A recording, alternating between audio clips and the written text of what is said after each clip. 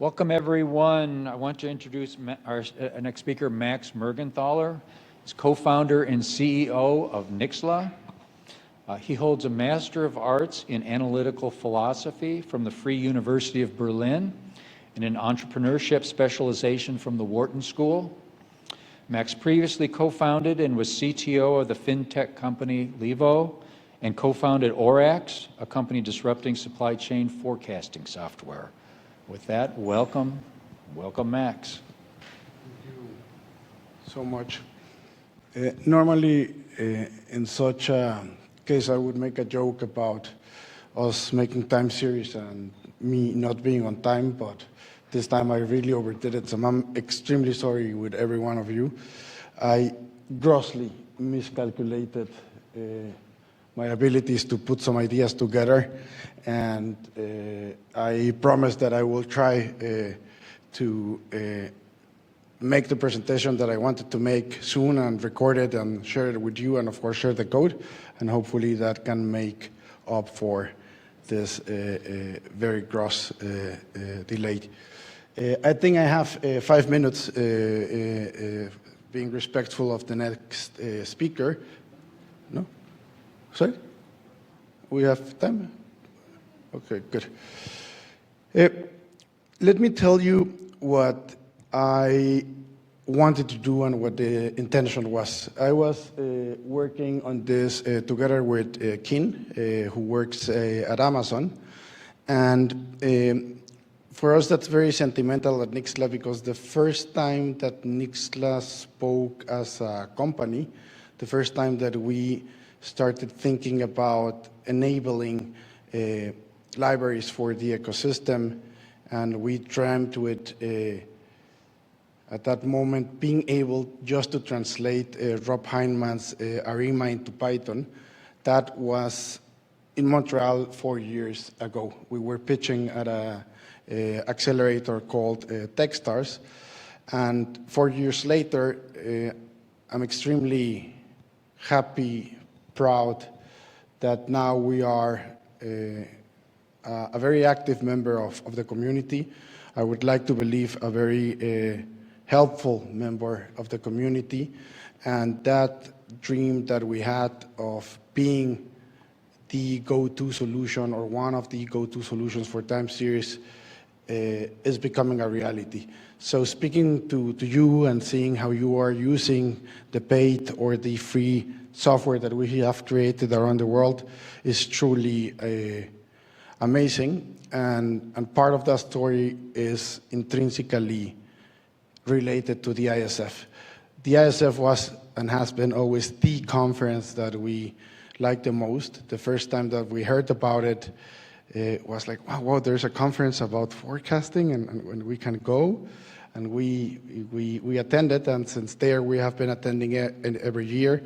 Luckily, we have been able to grow as a company, so we have been also able to support ISF smallly with some sponsorships. And I'm sure that the president will ask for more money now that I was delayed today. So there's also a good side about that and feeling guilty. Last year, when I was invited to give the keynote in China, I spoke about the history of forecast. And one of the main propositions that I had was that time forecasting time series forecasting is this special field that lies always between absolute pseudoscience, prophecy, and oracles, or crazy people doing not crazy people, differently minded people doing tarot, and very scientific approaches. And I believe that is due to the fact that our field is extremely particular in the sense that our predictions are not predictions that we deduce from a predefined model, like in physics, or a predefined set of propositions. Our models are about the future, and the future, strictly speaking, doesn't exist. We always, constantly, are trying to solve that equation, or that expression, or of that expression, which you all know by heart, but I would like to take a minute to go over it. And what we're constantly trying is to estimate the probability or the distribution of the future based entirely on the past, or at least that's how we normally describe it. But strictly speaking, age, that t plus h, is never the future, it's always the past. Because when we are evaluating with whatever method, quantifying uncertainty, conformal prediction, classical ARIMAs, we are always working on a pre-existing data set that is already in the past. So we constantly, and that's interesting, we constantly forecast the past, and we constantly evaluate ourselves in the past. And that's not just a triviality or a fun fact. It's a methodological challenge, given that we have no objective, defined methodology to estimate in which sense that equation is going to hold true for age bigger than today. Because the future is indeed uncertain. We have unexpected situations, we have regime changes, we have things that we didn't see before. And in a discipline that is entirely concerned with trying to see how the past predicts the future, that's problematic. Like the classic problem of induction, which you all know, states that observations alone can never be an epistemic warranty of knowledge. With science, with explanations, that's different, because it's not only the past that gives us certainty about what's going to happen next. And here, we are always subject to the fact that we might say, okay, next month we're going to be selling 100 items of shoes. But we have to wait until that happens. And after those, let's say, 2 weeks happen, and we sold 20 items, or we sold 200 items, it's not even clear if the model was wrong or was right. Because we had the methodologically certainty that at the moment, at the present, we always forecast at the present, that was going to happen. And of course, you're going to tell me, yeah, but once we see that, we can incorporate those observations, and we can update our distribution projections, we can update our functions. But in 2 weeks, that's going to happen again, and in 3 weeks again. And we're constantly faced with the fact that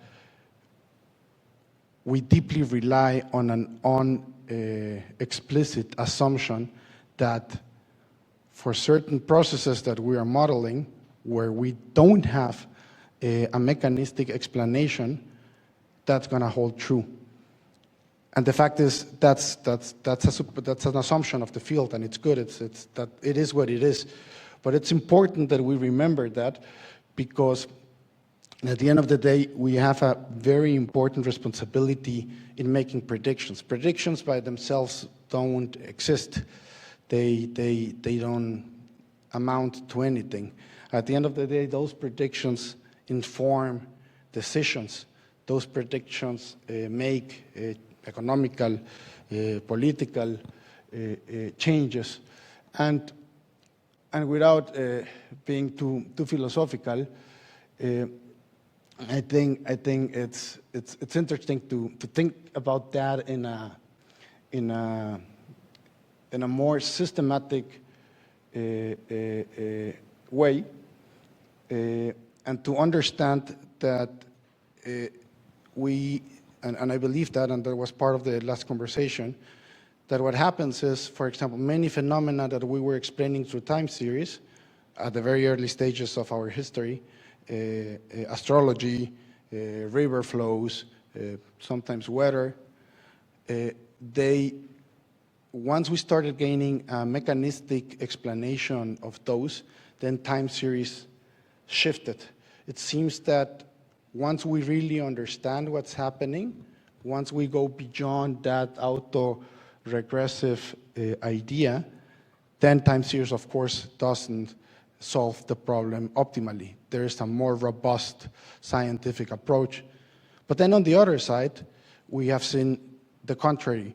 We have seen in physics, we have seen people encountering complex phenomena like Brownian motion that was simply not explainable in terms of the computational complexity with classical mechanics, because the complexity of trying to calculate all the different movements, and I think we do have a graph about that here on the right, the complexity of trying to calculate all those movements with a physical model is simply unfeasible. And the same holds true for the creation of our field, when economists realized that explaining the past with a lot of different variables and putting all sorts of complexity in their theories was extremely good for predicting the past, but they were extremely bad and didn't generalize for the future. And in those particular cases, the idea of simplifying that and turning to a mere autoregressive model, namely, in this case, the Schultz algorithms or some sort of random walks, was far better than trying to have a mechanistic approach. So it's an interesting tension between trying to understand what's really happening in the world, trying to build a model that actually explains our observations, versus being actually able to provide an explanation. And I like to think that time series sits there in the middle and is helping us solve those problems. But ultimately, I think one important thing about the future of forecasting is that the best possible forecasters, the graduation as forecasters, is becoming scientists, is really understanding what's happening in those phenomena. So once we are able to, let's say, graduate from just looking at the past and really understanding what's happening, is the ultimate goal of predictions. And this is extremely relevant for one of the most mentioned topics in this conference. One of the things that we have been speaking a lot as a field is causality, explanation, covariates, context, either foundation models and bigger models. But the fact remains, and this is of course a simplification, but the fact remains that what we do in time series is we observe past phenomena, and we see that those past phenomena have a certain relation, and then we assume that they have some sort of a link, some sort of causal link, but there's no warranty whatsoever, without understanding the phenomena, that that relation is going to hold in the future at some point. And that's important, because that's the classical case of spurious correlations. And if you see some of the literature around textual collapse and some of the demands of the industry, where practitioners are constantly pushing us to include more covariates and bring more data and include all sorts of things like Twitter feeds and weather data and science. The reality is that that might be extremely complicated if we are not careful enough. And this is a classical example of basic statistics where you have this Bonferroni's curve where on the right you have the blue line, which is the error of the model that we are using, and the red line is the error on the train data set. And this is just another depiction of overfitting, but with enough hypotheses tested, you are going to achieve a perfect score in train. And that's because just of luck. If you start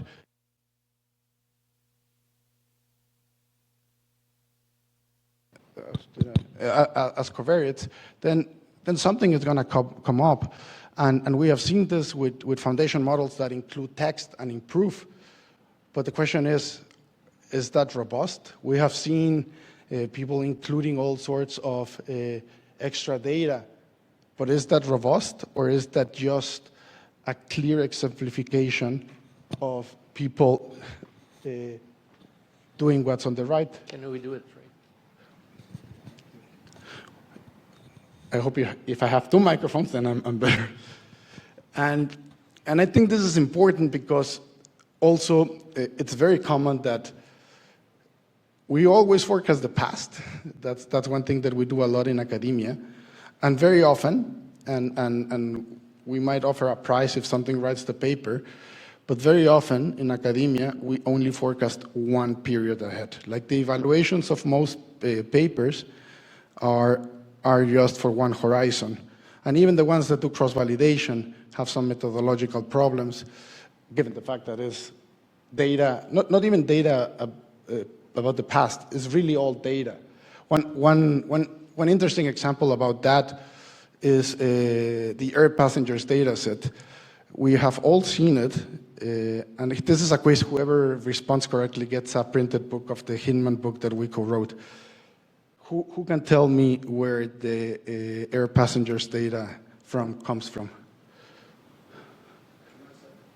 Uh-huh. Yeah.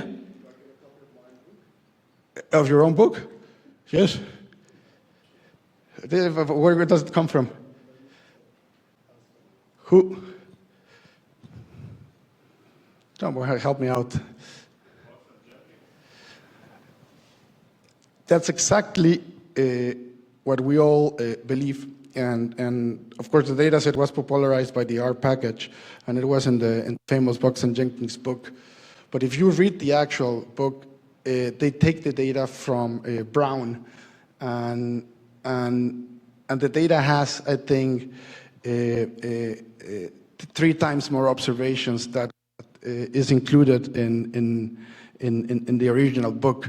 So you have this very nice series, and we have been doing it as an example. But in reality, if you plot that series, if you actually have the data that was included in the original book, the results would have been completely different, because the definition of the horizon, the definition of the function of the error metric, the definition of the cross-validation windows have an effect on the accuracy. And implicitly, and this is something that sometimes we don't think about it, but if the data set has n observations, then by definition, if we do a 70-30-10 split, the possible horizon that we're going to forecast is determined. And that's not just me encountering these weird curiosities in the field. That's actually a critique that has been, I think, very articulately put by Berkmeyer and others, where if you see in this data set, if you restrict it to 0 to 200, then it's clear that the red model, which is an autoregressive ARIMA, would outperform massively the other transformer-based models. But in that literature, for some reason, we are predicting hundreds and hundreds of steps ahead. We're predicting a very far future. And that setting in itself is not only not realistic, but is almost, probably unintentionally,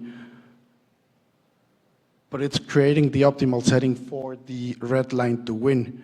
In other words, you can construct a setting based on the length of the time series, based on the horizon, and based on the error function that will help you out.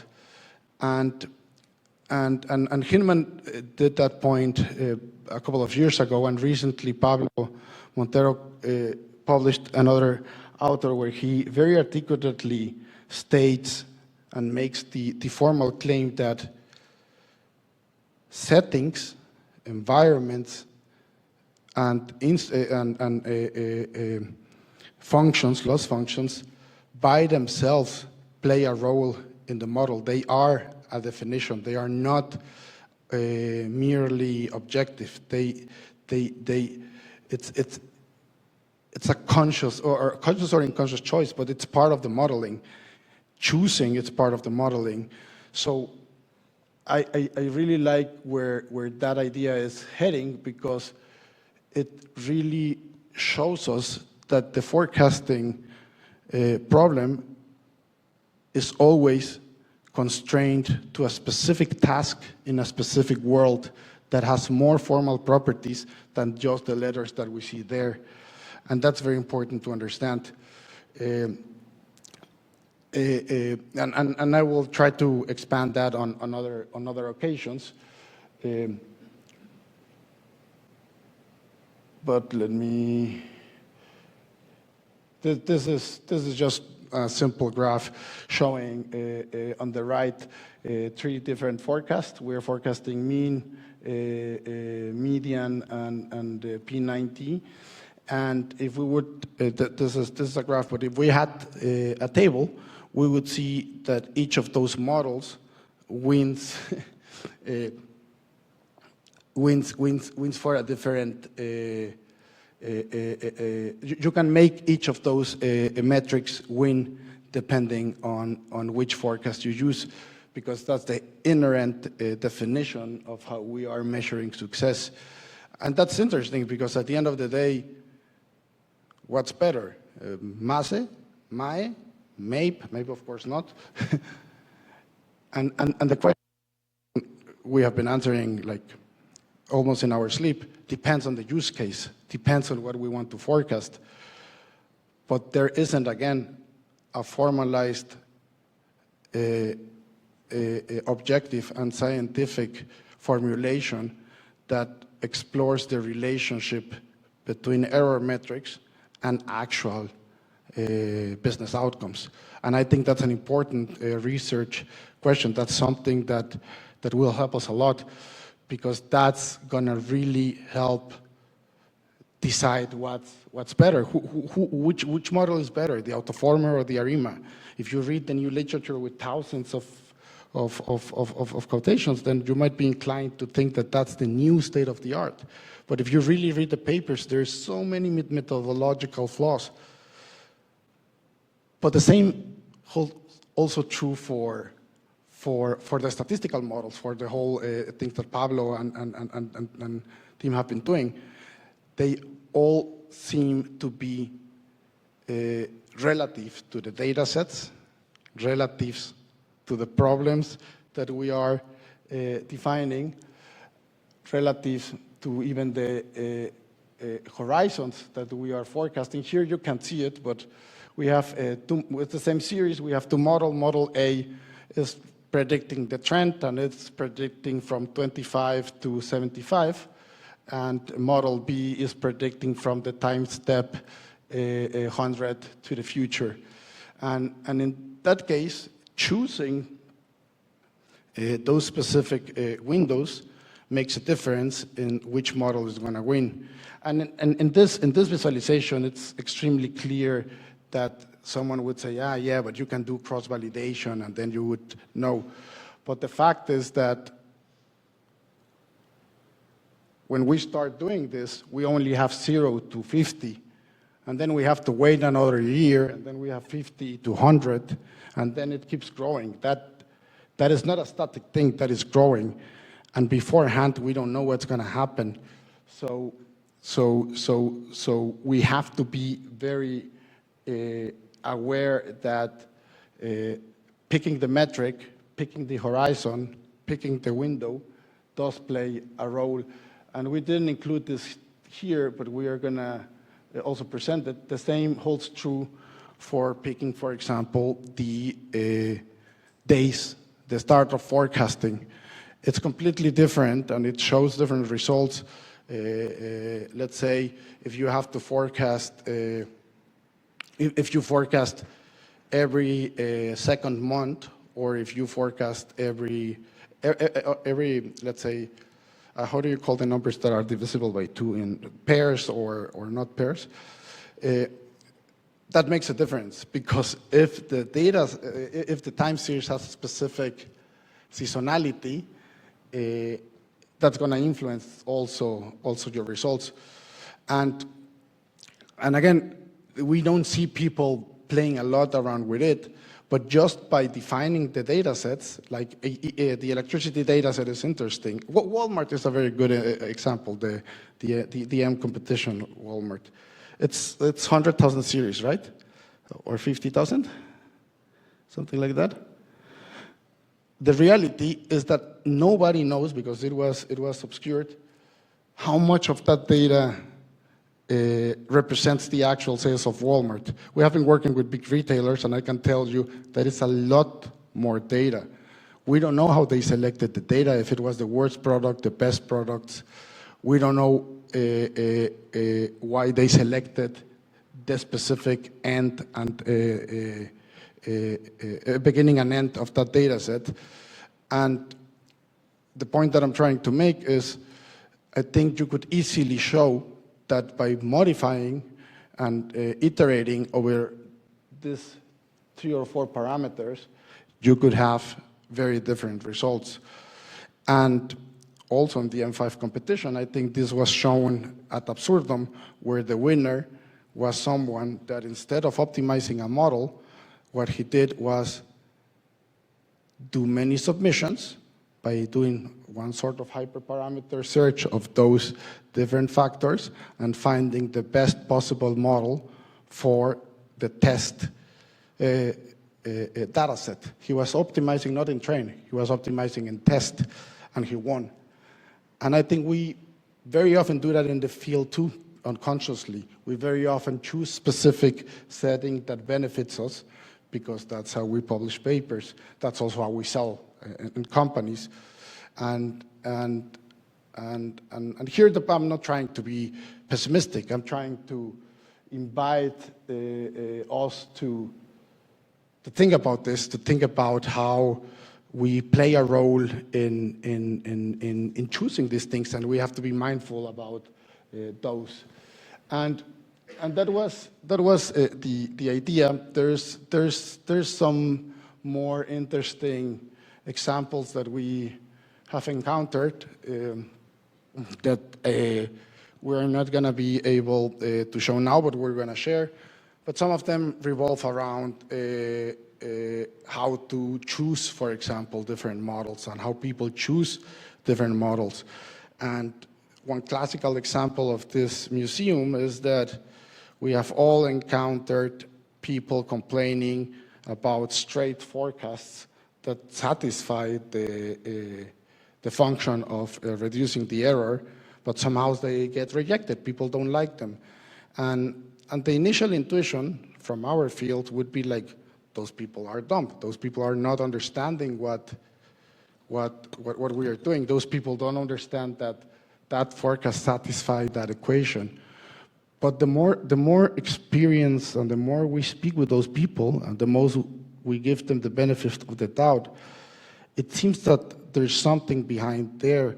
And what's behind there is that those people don't care about that formula. Those people care about how they present their forecast to their managers, so they can have an influence in the organization and make better decisions. And those people are interested in utilizing the forecast as a tool. So even if it's satisfying this equation, it's not a warranty of that being a good forecast. Another crazy example that we have encountered in this museum is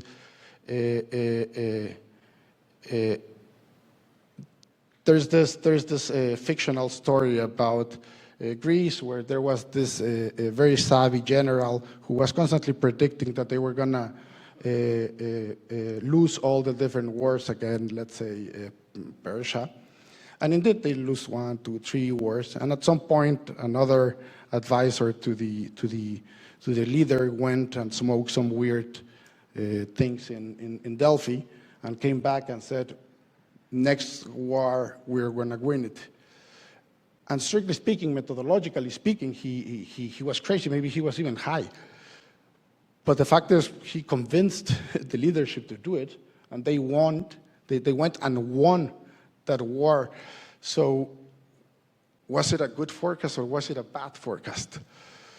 And I think it's not clear what the answer is. And I'm making this fictional example, but we're experiencing every day in practice where the data scientists goes and presents some forecast to the leadership and the CEO, and the CEO says, no, we're gonna sell 3 times as much as we are saying. You're wrong. And we say, fucking CEO, he doesn't know anything about math. But then 3 months later, he achieves his goals. He's selling more because maybe he pushed the organization, because maybe he did something else. He wasn't definitely not thinking about that function. But the reality is that after 3 months, he was better in making that specific forecast. And I'm not saying we should now only trust people that make judgmental forecasts or intuition forecast, but what I'm saying is that the forecasting task can't be completely understood by focusing entirely on that formula. We have to systematize and organize and understand what are the formal conditions for a forecast to be actually good. And unfortunately, I don't know the answer, but I wanted to give you the questions and invite you to think about that, to think about explanations, to think about justifications. Explanations is another good thing. Like, we believe, I love that. Like, I don't know who came with that intuition that by decomposition a series in trend, seasonality, and the residuals, that you had explanations. I don't know what you understand better than what you did before. Like, I don't know how your decision-making process is different when you know that versus when you know that, I don't know, there is more other like sharp values or other formal properties of the series. I think it's one of those mythologies that that's explainability, but strictly speaking, it doesn't explain shit. It doesn't tell you what's going to happen if you move one of the parameters. It doesn't give you any counterfactual information. It doesn't give you any more reliability on what's going to happen next. The thing that tells you is it was going up or it was going down, and it had certain patterns at some point. But that's a personal fight I have with the classical concept of explanation. But I think what I'm trying to say is, we should think a lot about explanation, causality, and the settings that we have, and I think we should also think about planning with more time the presentations that we want to make when we are also trying to convey some complex ideas. But I hope that even with my delay and what is a very poor, or this is not at all what I want. I had a lot more in my mind, but I wasn't able to put it with the clarity that I wished. But I'm working on that. But I hope that even so, I was able to share some ideas and maybe resonate and maybe invite you to think about that. And to finalize, the third Nixtla on award, or what are those Nobel Prizes called that are given to very weird, bad inventions? Are you aware of those? The like on prizes, people that invent very weird stuff. Someone else about that? It's, I don't know, scientists that invented some, I'm gonna share that with you. But another interesting, like contra paper, guerrilla paper would be to, for example, conduct a meta study and see what would happen if you take the 10, 20, 30 most influential papers in the field and modify the horizon, modify the start date. And if it turns out that the results are extremely dependent on those variables, then the clear conclusion is that robustness in those particular fields, in those particular papers, are questionable. And that has happened before in other fields, like the classical story of the spinach not having so much nutrient as we thought, or even more radical, the recent scandal about Alzheimer research and the Nobel Prize that had to be withdrawn because people were making false conclusions on bad methodological settings. And I think trying to understand that, trying to see if what I'm claiming is really important and worrisome or not, is definitely worth a research paper, and it's also helping us to finalize it. So this kind of thing is also helping us with the customers that we're working, trying to educate them, trying to make them aware of what's happening, and trying to make them make better predictions, which at the end of the day is our goal, trying to make the best possible forecasts that we can. And that's my presentation. Thank you so very much for having me here, and thank you for listening. I'm very happy to try to answer any questions that might arise.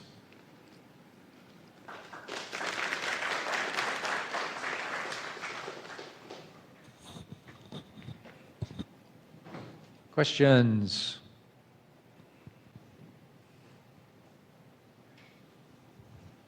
Anybody?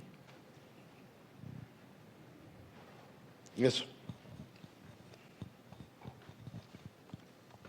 Thank you. So, thank you for the presentation. A lot of deep topics, actually. I would like to ask you about this variance, if I had to call it in some way. We are seeing between, for instance, making forecasting based on different hyperparameters, such as the horizon, for instance, or taking into account the interest that people who is involved in presenting some forecast is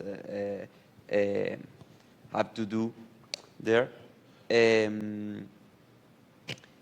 Have you thought on any ways of integrating, for instance, the interest of the people within the forecast, such as some kind of reward function or something, or maybe evaluate different horizons and then averaging the results? Yes. I don't know, just asking. Just my working hypothesis is that the true essence of forecasting is not accuracy as in measurement of error metrics. I think the true essence of forecast is trust, is building trust in what your methodology, your predictions, your models is generating. And that's important because at the end of the day, again, all forecasts are only made in the present, and they are only relevant insofar as we take decisions in the present, or I mean in the near present. The past is done and the future doesn't exist. So the important thing is not if you bought 100 stocks of something because a crazy person told you. The good thing is that you, in hindsight, feel comfortable by the decision that you took based on the information that you had at the moment and the trust that you had. So I think it's about trust. And part of that trust, of course, is the methodologically rigor of the mathematics that we have. But the other part of that trust is also coherence between other beliefs. So the problem with that definition is that it doesn't include anything beyond the autoregressive things. It doesn't include the intuitions. It doesn't include external facts that people might have. It doesn't include physical. Of course, there are physical-based models, but we have all seen forecasts in retail that go below zero. We have all seen forecasts of products that are like 7.3, but those things are discrete. You don't have 7.3 boxes. So the short answer is I don't know the concrete strategy, but I think it revolves around trust, about building trust.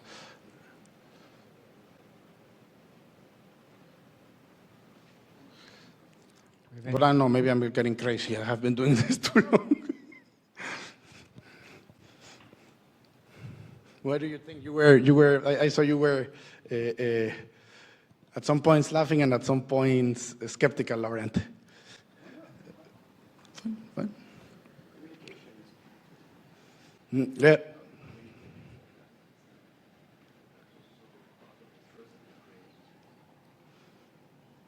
Yeah.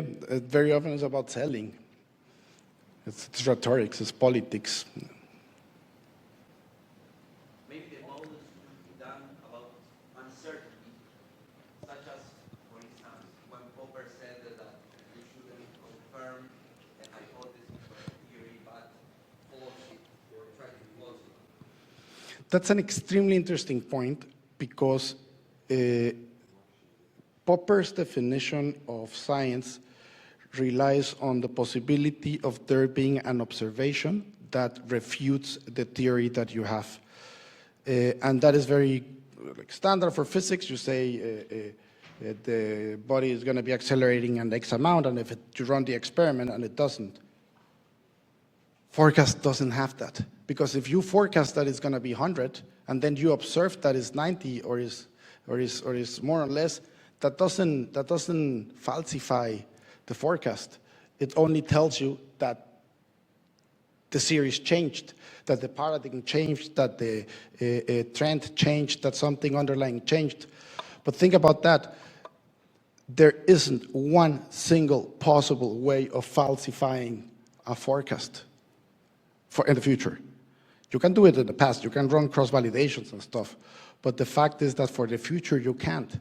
And if that's true, then that hints to the fact that, in that sense, forecast isn't a scientific model.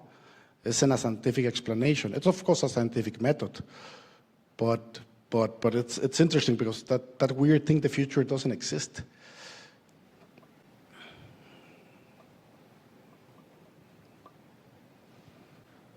Okay, I think that's it. Hey, thank you very much, Max. Appreciate it.